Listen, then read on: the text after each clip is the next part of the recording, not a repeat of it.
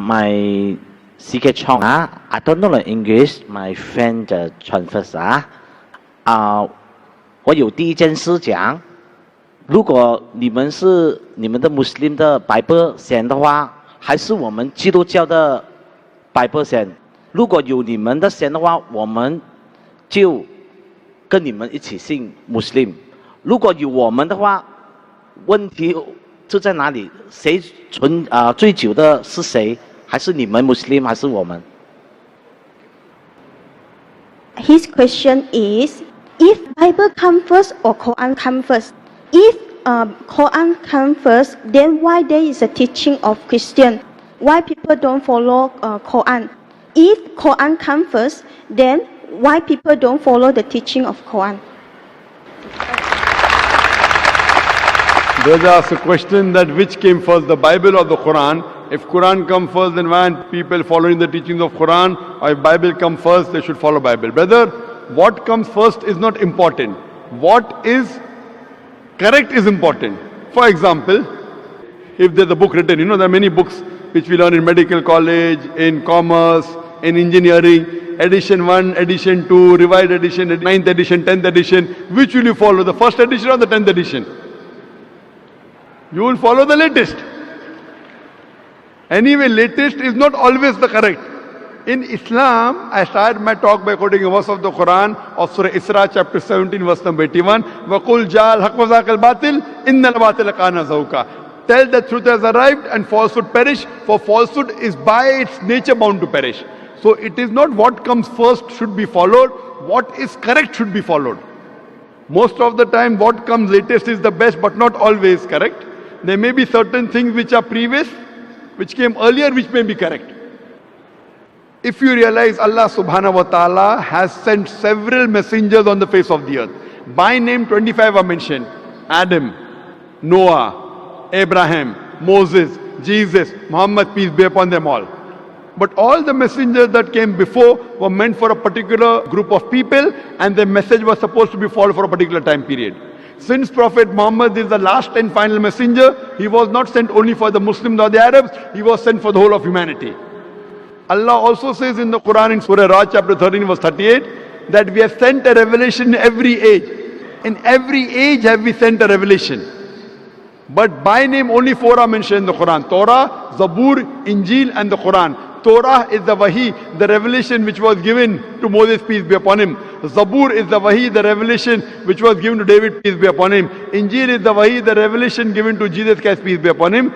And Quran is the last and final revelation given to the last and final messenger, Prophet Muhammad, peace be upon him. Now all the revelation that came before the Quran were meant to be followed by a particular group of people and for a particular time period. Injil was revealed only for the Bani Israel and was meant to be followed until the last revelation came, the Quran. But what the Bible you have today is not completely the word of God.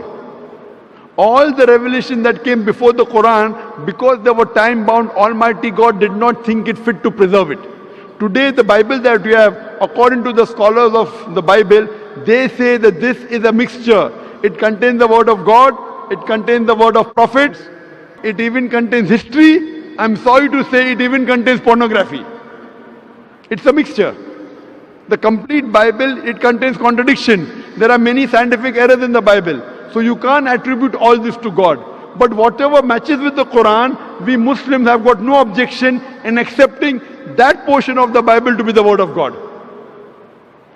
Today if we analyze, that's the reason Allah says in the Quran, since Quran was the last and final revelation, all the previous revelation were only sent for those people. Like Jesus Christ, peace be upon him, the Quran says in Surah Al-Imran chapter 3 verse 49, he was sent only for Bani Israel. If you read the Bible says in the Gospel of Matthew chapter number 10 verse number 5 and 6, he tells the apostles, go ye not into the way of the Gentiles. Who are the Gentiles? The non-Jews. Enter ye not into the city of the Samaritans, but rather go to the house of the lost sheep of Israel.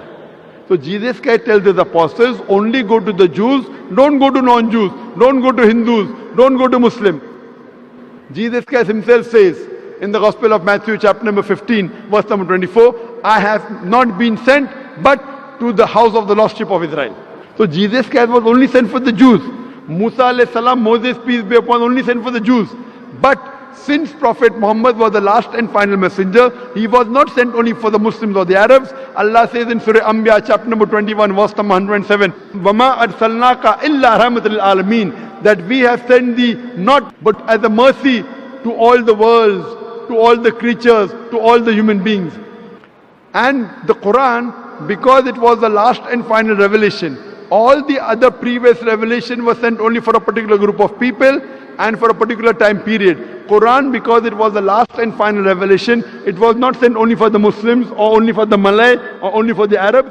It was sent for the whole humanity. Quran says in Surah Ibrahim chapter 14 verse number 1, Surah Ibrahim chapter 14 verse number 52, in Surah Baqarah chapter 2 verse number 185, and Surah Zumur chapter 39 verse 41, that the Quran was sent for the whole of humankind.